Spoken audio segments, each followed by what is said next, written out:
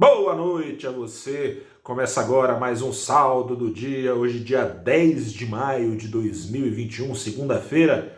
Semana começando e começou num climinha bem mais ou menos. A bolsa fechou o dia mais para menos do que para mais, o Ibovespa com uma queda de 0,11%, pouquinho abaixo ali do nível dos 122 mil pontos. O dólar, por sua vez, fechou em alta na mão contrária, mas uma alta bem quase nada, né? Fechou de lado, fechou com alta de 0,03% aos R$ 5,23. O esse climinha mais ou menos ali foi com bolsa e dólar oscilando ali perto do 0 a 0, trocando de mão algumas vezes. Nas últimas horas, no instante final da sessão, a aversão ao risco prevalecendo sobre o apetite ao risco. Tem motivos externos e internos para isso ter acontecido. No mundo todo, o clima foi mais ou menos.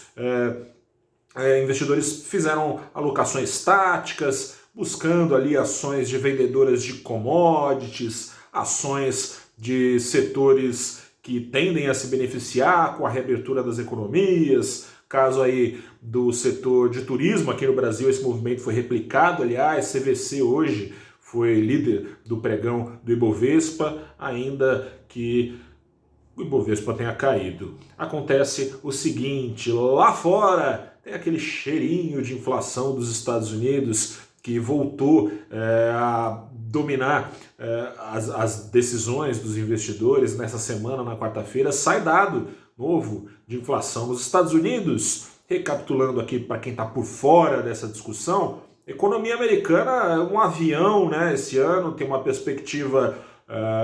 aqui não é nem otimista, de 6,5% ao ano, tem casa de análise falando que a economia americana cresce no ritmo de 8%, o padrão chinês de crescimento. China também deve crescer muito, nem otimista nem pessimista, o dado aponta para 8% também de crescimento na China. Mas com esse, voltando aqui aos Estados Unidos, com esse crescimento forte nos Estados Unidos, existe a perspectiva de que pode vir a ser antecipado o fim dos estímulos por lá. Ou seja, torneirinha de estímulos fechada pelo Fed, torneirinha que tem feito chover dólar para dentro dos mercados desde março de 2020, quando começou, né, a grande crise que a gente está vivendo, quando a pandemia chegou no Ocidente derrubando bolsas e que elas foram reerguidas, aliás, em grandíssima parte por essa injeção monetária. E também os juros americanos viriam a sair de zero um pouco antes, caso a inflação nos Estados Unidos, é um sinal importante, acuse um superaquecimento da economia americana. Um dado aí, é bem verdade, que joga contra isso é a criação de emprego nos Estados Unidos, que deu uma decepcionada aí. Saiu na semana passada, veio bem aquém do que era esperado. Presidente Biden por lá batendo o bumbo, falando que é preciso mais estímulos. Isso também joga contra a alta de juros antecipada nos Estados Unidos, porque o Fed tem meta de emprego, ele também tem que entregar. O Fed, que é o Federal Reserve, né, o Banco Central Americano, tem que entregar também uma taxa de juros que permita a criação de emprego. E o Fed, aliás, tem dito não só que quer criar emprego, mas incluir os excluídos no mercado de trabalho americano, coisa e tal, e permitir assim que a inflação fique um pouquinho acima do desejado.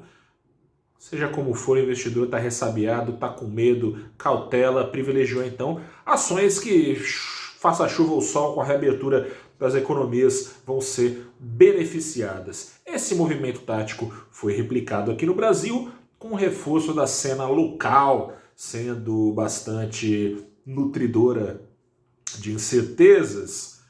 Já tem a CPI da Covid para atrasar reformas, tirar esse foco do governo.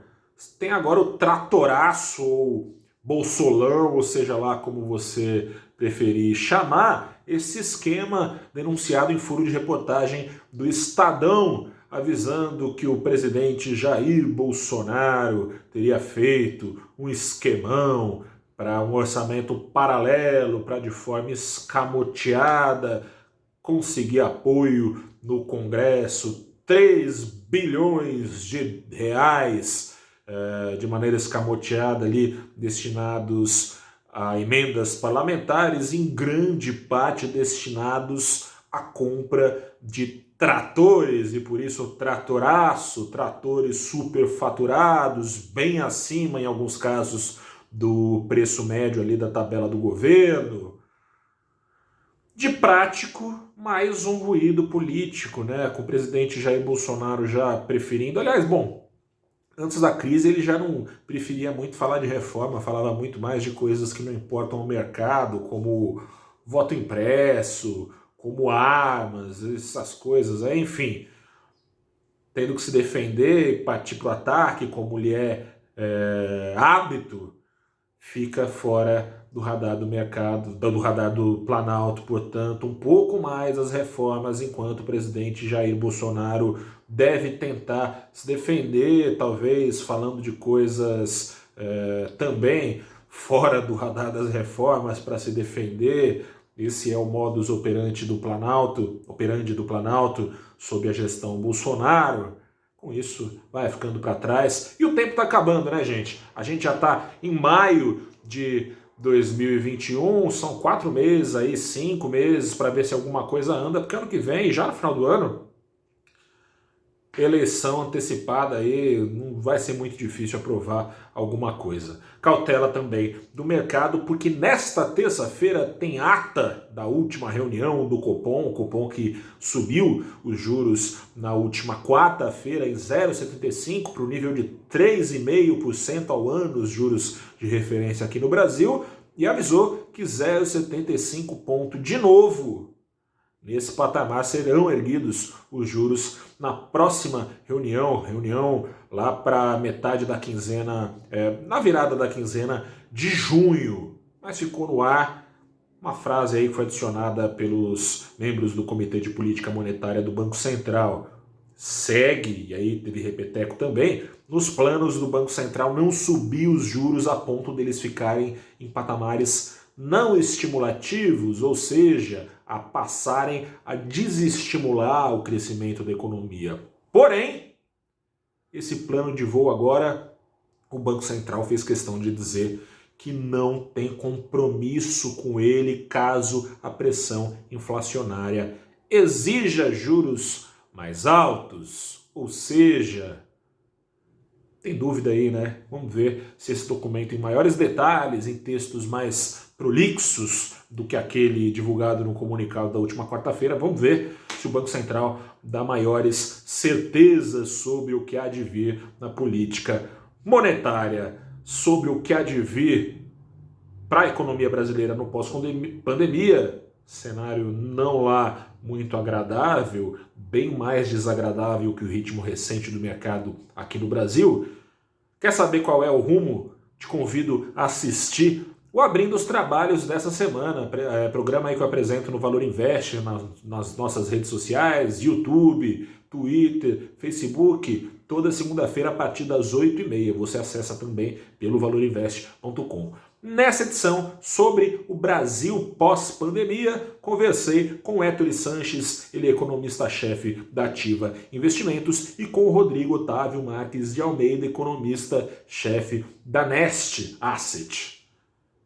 Vale a pena dar uma olhada e vale a pena saber como se proteger e que oportunidade você pode aproveitar. Eu sou Gustavo Ferreira, repórter do valorinvest.com. Fico por aqui. Desejo a você boa semana. Se cuide, a pandemia ainda não acabou, por mais que para alguns pareça que ela nunca existiu. Grande abraço, até a próxima, boa noite, tchau.